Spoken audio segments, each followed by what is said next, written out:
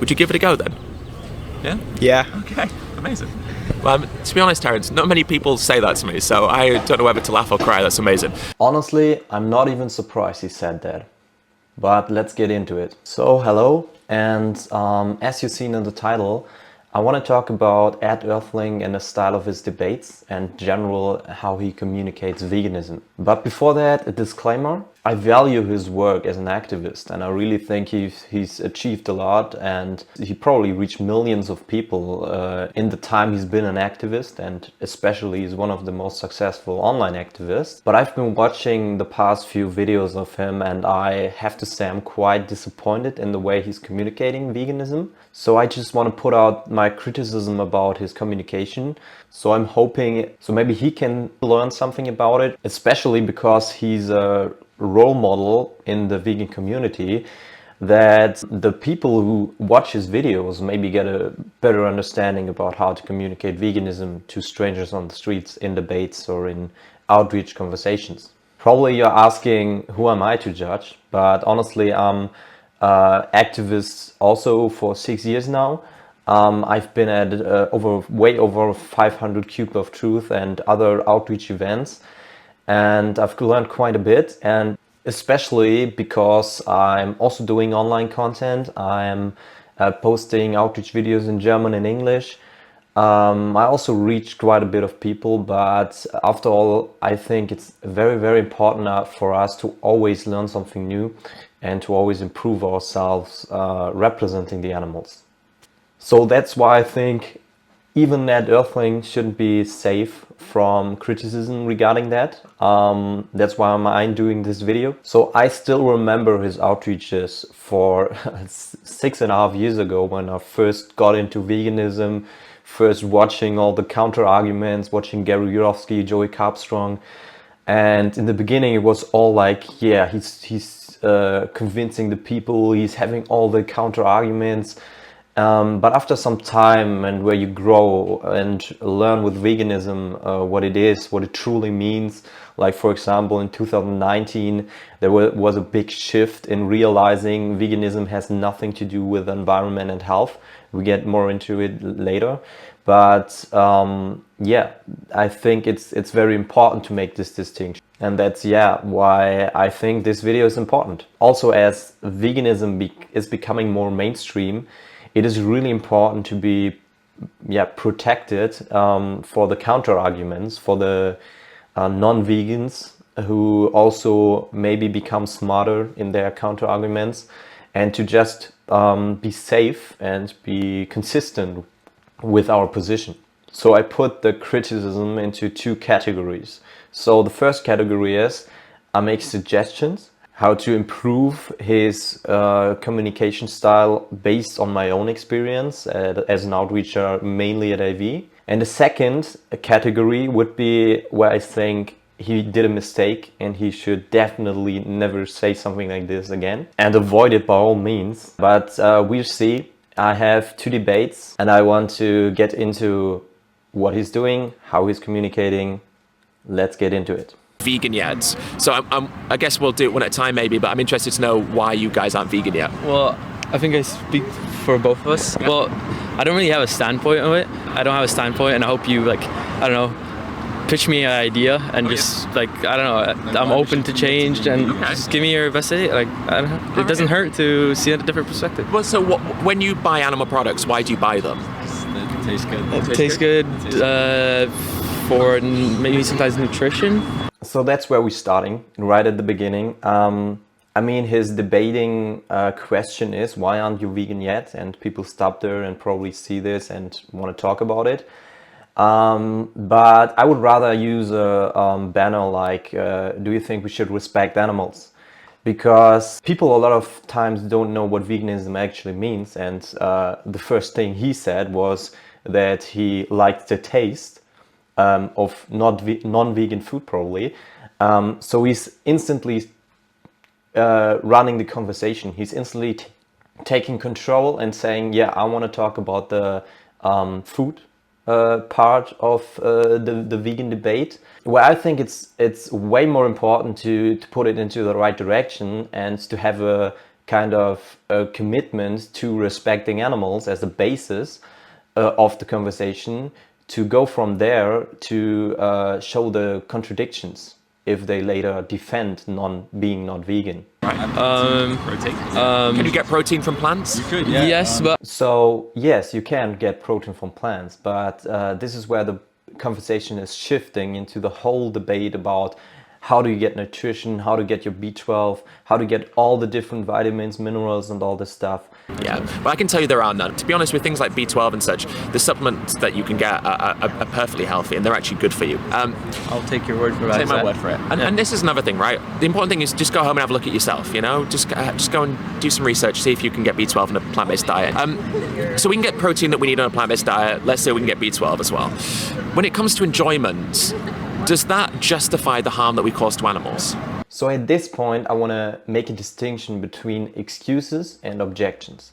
I'm not sure if it's in English the same meaning of the word, but maybe let's just, for this sake of the video, categorize it into two different things. So first of all, excuses are made when they have a counter argument against your position. So for example, an excuse would be that they say, yeah, lions eat meat. And yeah, obviously that's not a valid argument, because nature doesn't represent our moral standards. But yeah, that's an excuse you can address by offering a counter argument. The main counter argument I would always use is putting the other person into the victim's position, in order to realize that's not a justification of doing this injustice to you. For example, the lion thing or the nature thing. If you were in a cage, locked up, someone wants to kill you, is it okay to kill you because lions do it also? Because lions do it in the nature? Of course not. You would just want to be getting out of the cage, just want to be free. So that's not an argument. Of course, there are different ways to address arguments. We can get into that later. The second category would be objections. And with that, I mean that they already understand that it is a contradiction if they say they want to respect animals, and on the other hand, they still consume animal products, which is obviously a contradiction, because it doesn't respect animals if you pay for them to be put into this planet, be exploited and killed. So if they realize that this is a contradiction, then objections are coming. And with that, I mean, for example, protein. And I'm not sure how to be vegan. It's too hard. I have it's a habit. And that's more like you're not offering counter arguments to that, because yeah, of course, everybody should be realizing it's possible to be vegan, right? Until now. How do we address these objections? By offering a solution. Very simple. If they say I don't get protein, you just say, yeah, you have a page and you find the vegan protein sources. Or to make it easier, just use Google, just use ChatGPT, and you find all those resources, all the information about vitamins and about protein you need. And what Ed Earthling here is doing, he's mixing up these points. We don't even have a clear position on them wanting to respect animals, and they already addressing objections. He's already talking about, hey, you can get your B12 here and you can find your protein here. But he didn't even really make a strong position about, yeah, that everybody should respect animals, as they want to be respected as humans and human animals themselves, right? I mean, there's a lot of things that we do out of joy that harms the environment. Yeah. Like even just like, I don't know, constructing a building so I have a roof on top of my head. Yeah. So here, obviously, he's trying to distract from the veganism topic to environment. And I get the way Ed Earthling is addressing it. And he's using this distraction to make an example of having a choice between being vegan and not being vegan. Why wouldn't you be vegan if you have the choice to? And I get that argument, but still I don't think the route he's taking leading into these distractions is a good way. So before talking about environment and other stuff, he could have said that if you were in the position of the animal, would it be justified if someone wants to exploit you, take your life, if they say it's because of pleasure, would that be enough reason to exploit and kill you? Or would you have something against it? Give somebody a good reason to switch from consuming meat to a plant-based diet. Because it reduces animal suffering and animal death. So, and here we have a category 2 thing. He's talking about reducing suffering and reducing animal death. I want to make sure we're talking about rejecting animal exploitation as a whole. We're not talking about reducing of suffering. So when it comes to the crop death argument, we obviously see we don't even know how much animal death we are causing, how much harm or suffering we are causing, because we don't have all the animals in mind. I mean, a person who only lives at his farm, having one cow, enslaving the cow and killing the cow, obviously is not vegan, and he's doing an injustice. He's exploiting the animal for their milk maybe and for their flesh, but he's not causing any other harm to other beings because he's only living in his hood. But on the other hand, we have a person like me driving to an animal rights action, talking about veganism, making people vegan, making people understand they shouldn't participate in animal exploitation. But on my way, maybe there are a few insects who get run over by my car. So how isn't that hypocritical? And that's the point, because we can get rid of animal exploitation. And if we want to shine a light on the unseen victims, the accidental victims, there's obviously a higher chance that we protect these animals too in a vegan world where animals are not seen as products and not seen as commodities. So I think he definitely should correct it, because I've seen him say it in other videos that veganism reduces harm, reduces suffering. And obviously in the whole world, if everybody would be vegan, it could be the case. But we can't make it our whole point that we want to reduce suffering, because that has a lot of other points into it. We want to get rid of animal exploitation as a whole. I mean, a lot of developing countries rely on agriculture as their primary sector. So it would be quite hard to... Yeah, I'm talking about an economic perspective.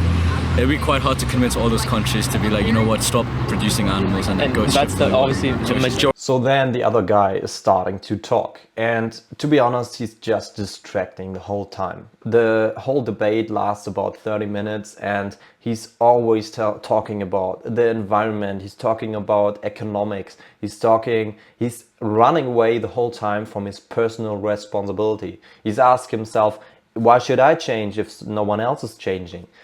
And obviously, to all of these arguments, Ed has good counter-arguments, good counterpoints. But my whole point here is criticizing him is that he lets him do it, lets him waste his time going all these routes, thinking that obviously that's in his mind. He's making it difficult to get to veganism because of all of these blockers. But honestly, these points aren't blockers, these points are distractions from his own responsibility. So if Ed would be more straight, pointing out his responsibility in all this, I think he wouldn't waste that much time. He would stick to the point, telling, hey, do you respect animals? You sat down, let's imagine he had the banner with should we respect animals?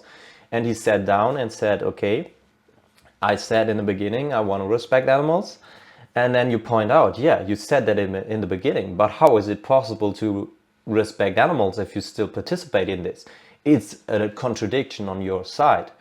And Ed doesn't have this position. He can't pin him on this contradiction because the opening was, why aren't you vegan? So it's an open question, and it can lead to so many objections, so many excuses that he can't even address as a whole. All right, guys. Anyway, nice to see you. 5 minutes. Appreciate it. Thank you. Have a great life, my friends. You too. Good luck with your YouTube channel. Good luck with changing people, one by one. And honestly, this is one of the biggest problems I had with this debate, that he's very, very nicely telling them goodbye, even though they obviously said they wouldn't change a thing. And I think that's a bad representation of the animals, because if the animal would see us representing them, they obviously would want the other person to understand their situation. And they didn't even talk once about the position of the victim. So Ed has good points, a good counter arguments. But in the end, he's not holding them accountable for what they do. He's not pointing out the contradiction of what they are into if they want to respect animals. He's not putting them into the victim's position, understanding the urgency to act. And he's not telling them that they need to do something in order to be consistent with their values. And if he's just asking the question, why aren't you vegan? He could talk maybe 1.5 hours about it, how they always name a new distractions of why it's not possible, why they shouldn't do it, because they don't feel the need to act accordingly, because they never even talked about their values. And I feel like this is the biggest problem in this debate. And my last point is, of course it is good to be nice and to be respectful. But if a person says, I don't want to be respectful to the animals, and you're representing them, I don't think it's a good idea to just shake their hands, tell them goodbye and say, yeah, have a nice life. Because it's just a lie. You don't want them to have a nice life, never thinking about hurting or harming animals again. You want them to feel bad about themselves to make a change. Because that's the whole point why we are doing this activism, right? So then he has another debate. So this guy is obviously way more open, but I still think there's a few things Ed can improve in his approach in this conversation. It's probably one of the biggest reasons why people continue to eat animal products. We don't see it, right? But even though we don't see it, we still logically and rationally know what happens. Yeah. And do you think that what happens is immoral? Absolutely. So then it is something that we're partaking in knowingly, knowingly partaking in something that's wrong. What he has done better here is that he's asking the question, do you think what non-vegans are doing is immoral? And obviously he says, yeah, of course, because there's no other way to put it. Then he's talking about his objections, about why he's not vegan, because of tradition, family, and habit mostly. Then he's talking about why he's not vegan, mainly because of habit. And obviously, and Ed is also addressing that. He's asking the question, should we still continue doing that if we know it's immoral? And that's a good way to put it. Yeah, the thought has crossed my mind a few times, like why do we continue to consume meat and animal products in such a way? But like I said, it's just it's been a part of my life. But does it have to be moving forward? Not at all. It's definitely something that would take some serious consideration for making such an adjustment. I would be open to it, but at the same time, I still don't want to lose those flavors, those those dinners that we have with family and everything else. But I mean, that's an important consideration, isn't it? Because like I was saying before, food is bigger than just food. It's communion. It's celebration. It's all of these things. So I guess the question is, can we veganize certain meals? Can we still enjoy food? Can we still enjoy those flavors? Can we still basically participate in all the things that make food bigger than just food, but do so with plant-based food, being vegan at the same time? Can we still, I guess, retain the essence of the things we're talking about, but do so in a way that doesn't cause undue and unnecessary harm? I'm sure it could. So one of his objections is taste, and I don't think the way Ed addresses this is the best way to do it, because he's talking about the whole way of how food is a big part of society, of our life, and how it plays a big role. And I don't think that's necessary if you just put it, like I said again, put them into the victim's position. Like if you were in this position, being in a cage right now, someone wants to kill you, and you see someone pointing a gun at your head, and you say, of course, I just want to be free, leave me alone. And the person says, yes, but if I don't kill you, I can't have the taste. So if you were in this position and someone is pointing a gun at your head, obviously you wouldn't say, yeah, okay, then you can shoot. Of course you can shoot now, because, you would lose your taste, right? No, you wouldn't do that. You would just ask them to leave you alone. Don't think about the taste. Just find the taste elsewhere. And I think that would be a way easier way to address it than just talking over and over again about the importance of what food means in our society and so on and so on. It's not necessarily a bad thing how he does that, but it's also, I think, unnecessary way to do it. Part everyone has somewhat of a bleeding heart, you know, to the animals and the situation that they're in. So I can't say that I'm proud to be a part of the problem. No. But you could be proud to be part of the solution. I could be. I definitely could be. There's definitely pros and some interesting thoughts. Like, well, I think we just have to. I mean, I had this conversation myself many times, and I think it's just a case of working out what we want the world to look like, working out what our morals are when it comes to animals, and yours seem fairly obvious, which is amazing, and then working out whether or not, you know, turning a blind eye to the suffering of others is really what we want to do. Does that really align with the person we want to be? Do we want to be the sort of person who knows that these bad things are happening, but still continues to allow them to happen because it's convenient for us to not think about it, or it's easier for us to not think about it? Or at the end of the day, do we go, well, actually, you know what? Doing what is right is not always the same as doing what is easy, but ultimately we should do it, you know, what is right nonetheless. So I guess what type of person, this is a bit of a hard question to say what type of person do you think you are, but moreover, I guess, what type of future do you want to see? part everyone has somewhat of a bleeding heart, you know, to the animals and the situation that they're in. So I can't say that I'm proud to be a part of the problem. No. But you could be proud to be part of the solution. Now he's saying you could be proud to be part of the solution. And that's where I think it's important to define what veganism truly means and what the advantages of being vegan is. So first of all, it's about ending animal exploitation as a whole. It's about not participating in it, not being responsible for it. And the second thing is, of course, to point out that he would be a hypocrite if he does otherwise. And also that his choices wouldn't create these victims anymore. He's out of it. He doesn't have responsibility anymore if he's vegan.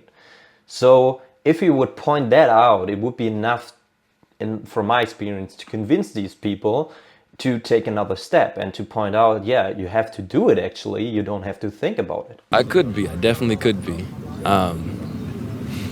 There's definitely pros and some interesting thoughts. Like, well, I think we just have to. I mean, I had this conversation myself many times, and I think it's just a case of working out what we want the world to look like, working out what our morals are when it comes to animals, and yours seem fairly obvious, which is amazing, and then working out whether or not, you know, turning a blind eye to the suffering of others is really what we want to do. Does that really align with the person we want to be? Do we want to be the sort of person who knows that these bad things are happening, but still continues to allow them to happen because it's convenient for us to not think about it, or it's easier for us to not think about it? Or at the end of the day, do we go, well, actually, you know what? Doing what is right is not always the same as doing what is easy, but ultimately we should do it, you know, what is right nonetheless. So I guess what type of person, this is a bit of a hard question to say what type of person do you think you are, but moreover, I guess, what type of future do you want to see? You know, definitely the one you're describing, truthfully. And that's an important question, because I think the first time when he said, what kind of person do you want to be? This is addressing his personal responsibility, and that's a good thing. But then he's changing his question to what future do you want to see? And I think that's a weak question, because it shifts away from his personal responsibility and sees, yeah, what do you think the whole world should look like? And obviously he should say, yeah, that we don't harm animals anymore, that we don't exploit them anymore. But why not stick to his own responsibility to hold him accountable and to make a change? I don't get it. I guess I thought about it a few times. Yeah. And I definitely know that there's also health pros to switching to a more vegan lifestyle. Yeah. And environmental as well. All around, honestly. Lots of boxes, doesn't it? And that's very cringe. I mean, he looks like he even cringes himself, but it's not about environment. It's not about health. And I 100% want to make sure that you understand it. Just imagine we were fighting against rapists, that rapists rape women, and it would be normalized in our society. And we want to convince the people not to do that. So we have two approaches. Either we say, yeah, okay, it's injustice, put yourself into the victim's position, you know they feel pain, they want to do this, and it's wrong, it's just immoral. Or the other thing, the other option would be, hey, you could have catched STDs if you just rape a lot of women. So isn't that a total disrespect to the victims? Like in this case, do it for your health. Don't rape people for your health. Same thing goes for environment. Like shooting a lot of people is obviously not good for the environment because of all of the pollution of the guns. So is that really the right way to convince a person not to shoot people? Or would you rather say, hey, these people, they don't want to be shot, they have a will to live, and it's obviously wrong to harm them without any reason? So I think we should shift away 100% from talking about environment and health. And the way he puts it is as a benefit. And I mean, of course, in a way, you get more conscious about these topics. So you can be conscious more about environment and more about your health when you are vegan. But even if you are the most conscious, we see it all the time when people talk about their health a lot and people becoming vegan, talking then about the animals. But finally, when they have a little stomachache, they say, oh, I'm not vegan anymore, because they don't understand veganism in its core. They think it's something about their health, but it's not. Same way goes for the environment. I mean, vegans who are flying around the world, who are driving around the world, doing activism, speaking up for the animals, obviously are making a shift and a change for the animals. But it could be that at a small cabin in the woods where a person just once a year shoots an animal and eats from it, has way less environmental impact than these vegans. But still, it doesn't change anything about the injustice happening to that one animal. So it's kind of something I've already shifted towards, but I think just probably taking it a step further would be the next place I go. Absolutely. I truthfully do not see myself cutting it out 100%, but I can definitely see minimizing it to where it's a rarity, almost kind of like a treat. Is it a treat to the animals? Yeah. Is it a treat for the animals? Oh, not at all. No. Not at all. But, instead of consuming meat daily, once a month, I think that's still like a huge improvement, I would say. So now here's talking about the, that he wants to reduce it, that he wants to try it, that he wants to think about it more. And that's the thing where we as activists should stick to holding them accountable and telling them, it doesn't change anything if you're thinking about it. It doesn't change anything if you try to do it. You definitely need to commit to doing it. You need to decide against this injustice. And obviously, Ed wants to communicate this, but I feel the way he's doing it is a little bit too complicated. Let's say that we have like 10 pigs, 10 dogs, 10 any species of animal walking past now. But let's say dogs, it makes it easier. And, I'm the sort of person who just loves kicking dogs. When I say dog, I just want to kick that dog. And you go, Ed, kicking dogs is bad, you shouldn't do that. And I'm like, all right, you know what? Tell you what, these 10 dogs kicking past, I'm just going to kick 2 of them, all right? And I'll let the other 8 go. But let me kick 2 of them. And you would go, well, no, don't kick those 2. You don't have to kick any of the dogs. That's the wrong thing to do. And so I always think when we talk about food consumption, we should view it similar. Obviously, only kicking 2 dogs over 10 dogs is better. But if I don't have to kick those 2 dogs morally, I shouldn't. So if you are in a situation where you're thinking, well, maybe I have that treat day today and I have that piece of steak, just go to yourself, well, how am I going to morally justify that? Because sure, 1 steak in a month is better than eating, animal products every single day. But ultimately, for the cow who's been killed for that steak, kind of irrelevant for them because they've still been killed for that steak. So here he goes on about a whole rant about not kicking dogs and everything, finally making that comparison in the end. And then finally he says it's about for the one cow, for the individual, it doesn't make a difference if he's still continuing consuming animal products. So I think the whole thing about kicking dogs, of course, is a way to describing it, to explaining it. But I feel the last part about the cow would be enough. Also, I think a way better way to do it is, of course, putting them into the victim's position again.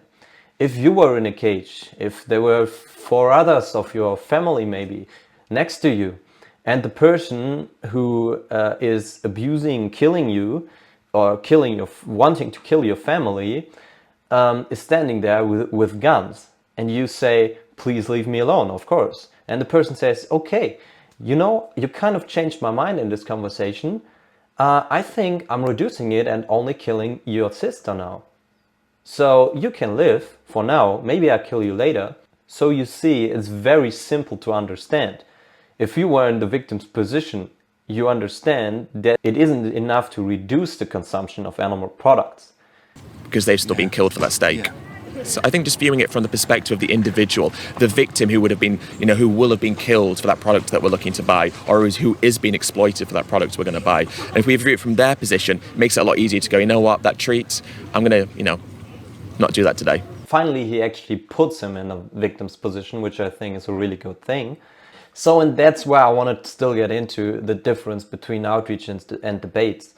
He definitely has a way bigger audience, so pointing out a few arguments, a few counter arguments, and talking a little bit longer for people who are watching to make it more entertaining is understandable.